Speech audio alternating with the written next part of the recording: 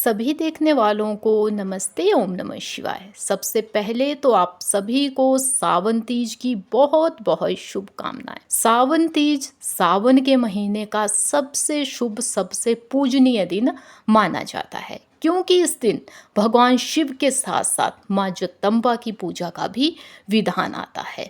हम सुहागिन महिलाओं के लिए तो ये दिन बहुत ही खास होता है, क्योंकि इस दिन हम अपने पति की लंबी आयु अच्छे स्वास्थ्य के लिए उपवास लेती हैं।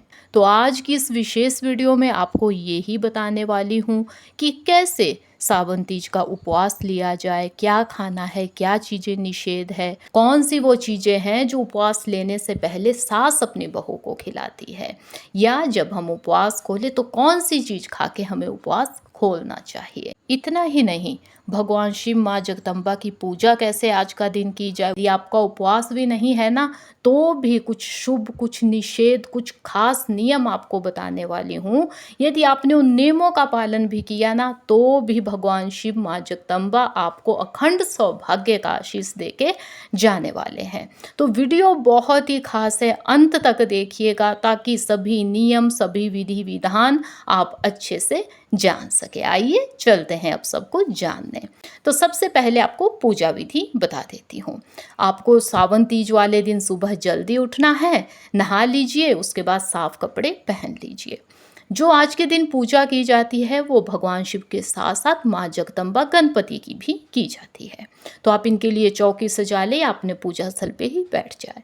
पहले आपको संकल्प लेना है, जैसे भी आप उपवास लेना चाहती है वैसे संकल्प ले ले, या यदि उपवास भी नहीं है तो भी संकल्प सुबह से ले सकती हैं। जो आगे वीडियो में मैं बताने वाली हूँ शुभ अशुभ, उनमें से शुभ चीज़ों का भी आप संकल्प ले सकती हैं, अशुभ चीज़ों को त्यागने का भी संकल्प ले सकती हैं। वो सब कुछ आगे पता चलने वाला है अभी वीडियो में, लेकिन आपको संकल्प सुबह से ले लेना है, ये नियम में आता है। तो आपको देखिए, जो भगवान शिव है यदि हो सके तो पंचामृत से उनका अभिषेक कीजिए। साथ में जो माँ जगदम्बा है उन्हें सुहागी की चीज़ें आपको आज का दिन चढ़ानी ही चाहिए, ये भी एक विधान है। जो सुहागी की चीज़ें आप चढ़ाएंगे, जब आपका उपवास खत्म हो जाएगा उसके बाद आप वो अपने लिए भी ले सकती हैं, अपनी सास को देने का नियम भी आता है, या किसी सुहागिन महिला या पंडिताइन को भी लोग देते हैं। जैसा आपके वहाँ का नियम होगा वैसे किया जा सकता है। भगवान शिव के नामों का जाप किया जाना चाहिए, माँ जगदम्बा गणपति जी के नामों का जाप भी किया जा सकता है। जो बहुत ही विशेष चीज़ें आपको नहीं भूलनी है, इस उपवास का नियम है, वो है सावन तीज की कथा सुनना, तब ही आपकी पूजा कंप्लीट मानी जाएगी। तो कुछ ऐसे आपकी सुबह की पूजा होगी। उसके बाद जो अगला नियम है वो है कुछ खाने पीने का नियम, जो आपको 5 बजे से पहले सुबह खा लेना है। कुछ जगह का ये नियम होता है कि सास अपनी बहू को ये चीज़ें देती है, कहीं पे ऐसा नहीं भी होता है। आप अपने नियम देख सकते हैं, अलग अलग जगह के अलग अलग नियम होते हैं। लेकिन जो चीज़ें आपको खानी है वो है दूध आप ले सकती हैं, पानी पी सकती है, चाय कॉफ़ी पी सकती है, फल आप खा सकती हैं, मेवे भी आप सुबह से ले सकती हैं, कोकोनट का पानी आप सुबह से पी सकती हो, उपवास लेने की आपको ताकत देगा। वो ही चीज़ें खाएं जो आपको आसानी से पच जाती हो। कोई ऐसी चीज़ें ना खा ले जिससे कि आपको उपवास लेने में दिक्कत हो। इन चीज़ों का आपको ध्यान देना है। सुबह मीठा खाने का ही नियम आता है, लेकिन यदि आपके वहाँ नमक भी खा लेते हैं तो केवल सेंधा नमक ही का है। उपवास के लिए सेंधा नमक ही सही माना जाता है। इसके बाद आपको उपवास कैसे लेना है, वैसे तो विधान आता है कि बिना पानी पिए ये उपवास लिया जाता है, लेकिन कोई भी उपवास आपके स्वास्थ्य से बड़ा नहीं होता है। पहले आपको अपनी सेहत देखनी है। यदि आप बिना पानी पिए उपवास ले सकती है तो ले लीजिए, नहीं तो कुछ खा पी के भी उपवास लिया जाता है। आपका मन सच्चा है तो जैसा भी उपवास लेंगे भगवान जी तक पहुँचेगा ही पहुँचेगा। तो जान लीजिए वो कौन सी चीज़ें हैं जो आप इस उपवास में खा सकती हैं, या कौन सी चीज़ें निषेध है। यहाँ तक कि यदि उपवास भी नहीं है तो भी यदि आज के इस शुभ दिन में आप ये चीज़ें खाएंगी जो मैं बताऊंगी, या जो अशुभ है वो नहीं खाएंगी, तो भी आपके लिए ये दिन फलदायी होने वाला है। तो ध्यान से अब वीडियो को देखिएगा। तो सबसे पहले जान लेते हैं जो चीज़ें इस उपवास में आप खा सकते हैं, जिसमें पहला नाम आता है फलों का। मौसमी फल खाने, मीठे फल खाने बहुत ही शुभ माने जाते हैं। यहाँ तक कि आप फलों से जूस निकाल के भी पी सकती हैं, वो भी बहुत शुभ माना जाता है, उपवास लेने की आपको ताकत भी देगा। इसके साथ साथ ही सभी मेवे भी इस्तेमाल किए जा सकते हैं तीज के उपवास में, ये भी बहुत शुभ माने जाते हैं। मेवे यदि आप भिगो के खाना चाहे वो भी खा सकते हैं, जैसे आपको डाइजेस्ट होते हो। यहाँ तक कि आप साबूदाना, मखाना, समा के चावल जो होते हैं, इन चीज़ों को भी खा सकते हैं। यदि आप तीज के उपवास में मीठा ही खाते हैं तो इन्हें मीठा ही आप बनाएं। यदि आप नमक खा लेते हैं तो आपको ये ध्यान देना है कि केवल सेंधा नमक ही उपवास में खाने के लिए सही माना जाता है। तो आप सेंधे नमक में बना के भी ये सभी चीज़ें खा सकते हैं, क्योंकि अलग अलग नियम होते हैं, कुछ मीठा खाते हैं, कुछ नमक खाते हैं। तो आप अपने नियम भी देख लीजिएगा, जो आपकी फैमिली के बड़े बूढ़े जैसे उपवास लेते हैं वही नियम आपके लिए होंगे। यहाँ तक कि कुछ लोग तो जो उपवास के आटे आते हैं उनसे भी अनेकों चीज़ें बना के खा लेते हैं। आलू का इस्तेमाल भी किया जाता है, आलू उपवास में खा सकते हैं, तो इसका भी आप अनेकों चीज़ें बना के खाई जा सकती है। शक्करकंदी से आप अनेकों चीज़ें बना सकते हैं, अरबी या कुछ आलू आप खा सकते हैं।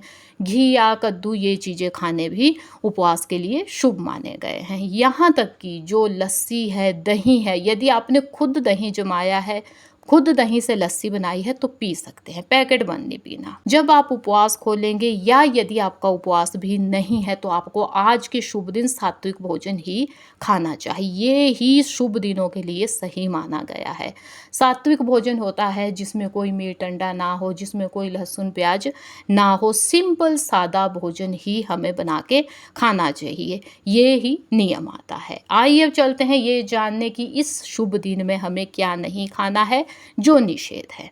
तो सबसे पहले आता है तामसिक भोजन, जिसमें मीट भी आता है, जिसमें अंडा भी आता है। ये चीज़ें बिल्कुल निषेध है, गलती से भी हमें नहीं खानी चाहिए।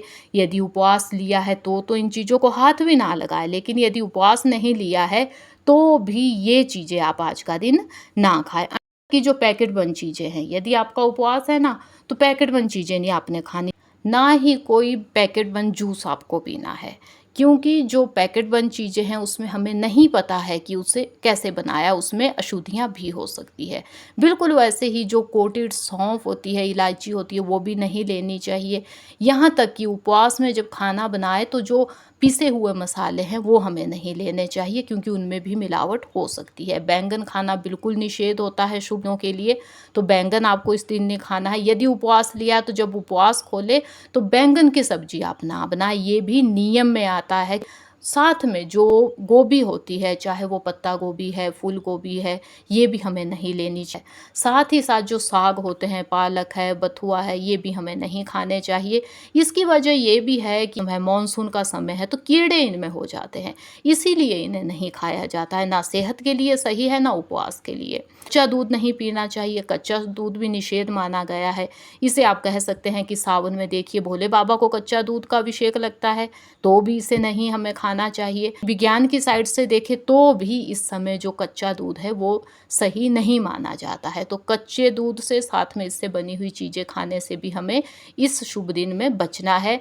यहाँ तक कि कड़ी भी कुछ लोग नहीं खाते हैं तीज के दिन, क्योंकि जो कड़ी है वो बेसन से बनती है, साथ में खट्टे दही या खट्टे लस्सी का ही यूज़ होता है, तो खटास वाली चीज़ें खानी भी सही नहीं मानी जाती है। यहाँ तक कि जो भी आप अन्न खाए जब आपने उपवास खोलना है तो ये ध्यान दें कि वो ताज़ा अन्न हो, बासी चीज़ें खाने से बचना है। ये ही वजह है इसकी भी कि यदि बहुत दिनों का आटा होगा तो उसमें अशुद्धियाँ या उसमें जीव हो सकते हैं, तो जीव हत्या शुभ दिन में नहीं होनी चाहिए। इसके साथ ही आपको यहाँ वहाँ जाके नहीं खाना चाहिए, जो आपको उपवास खोलना है तो भी नहीं। यदि उपवास है तो भी आप कोई चीज़ें यहाँ वहाँ नहीं खा सकते हैं, क्योंकि उसमें अशुद्धियाँ हो सकती है, उसमें किसी चीज़ की मिलावट हो सकती है, तामसिक चीज़ें भी हो सकती है। यदि उपवास लिया है तो अन्न की मिलावट भी हो सकती है, तो इस चीज़ का भी ध्यान देना है। है। साथ ही साथ एक ख़ास चीज़ की हमें ऑनलाइन चीज़ें कोई भी नहीं मंगवानी चाहिए, क्योंकि उसमें भी किसी चीज़ की मिलावट हो सकती है। तो ये कुछ चीज़ें हैं जिनका पालन किया ही जाना चाहिए। उम्मीद है मुझे कि वीडियो आपको पसंद आई होगी। यदि वीडियो अच्छी लगी है तो लाइक कीजिएगा, चैनल पे नए हैं तो सब्सक्राइब कीजिएगा। वीडियो में ज़्यादा ना लिख सके तो ओम नमः शिवाय लिख के जाइएगा। अब मिलेंगे ऐसी किसी नई यूज़फुल यूनिक वीडियो के साथ। तब तक के लिए धन्यवाद। जय माता दी।